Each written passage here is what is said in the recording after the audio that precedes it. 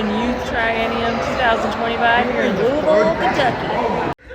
I wanted to try to find a quiet corner in all of the chaos while I am out of town with one of the youth from our church and a few others from our presbytery at this exciting event to let all of my parent and guardian friends at St. Andrew know that I am thinking of you and I am praying for you. And I've been wanting to talk about parent guilt because I was wrestling with that a little bit the last few days and today, because whenever I do something like this, even though I know that this is what God wants me to do, serving the youth, the people who are up and coming in our church and who need to develop their relationship with God, I also just have this immense guilt about leaving my own kids at home because there's so much pressure on us as parents and guardians in this world of ours to always be giving of ourselves and our times. And so we're always wondering, have I spent enough time with my kids, and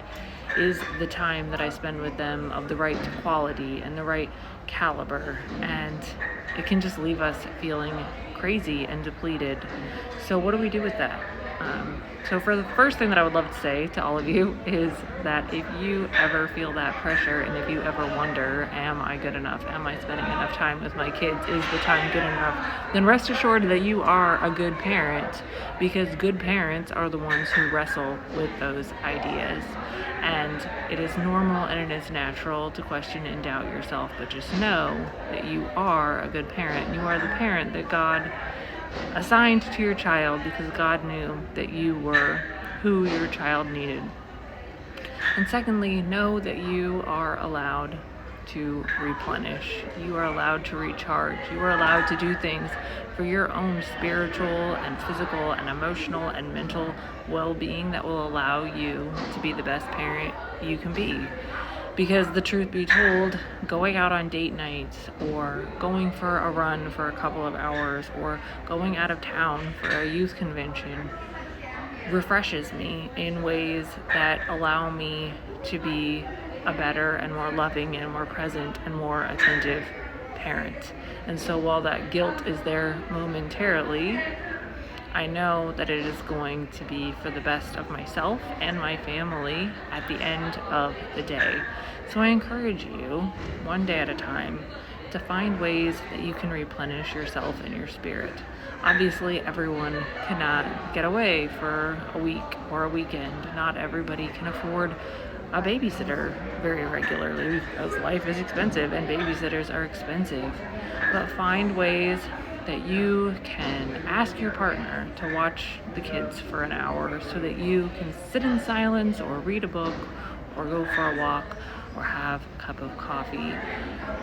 During the fall, when Sunday school starts, bring your kids to Sunday school so that you can get an hour of free childcare while you go for a walk and have some coffee. I will be happy to watch your kids for you and teach them about Jesus while you get a much deserved and much needed break. And there are people in our church. There are senior adults whose kids are grown, who still want to feel needed and valued and want to help. They would love to meet up with your kids at a park and play with them for an hour while you walk by yourself or read a book, or meet you at the children's museum so that your children can play while you go across the street and have a cup of coffee with a friend. There are young adults and youth who would love to practice childcare and take care of your little ones while you get a break.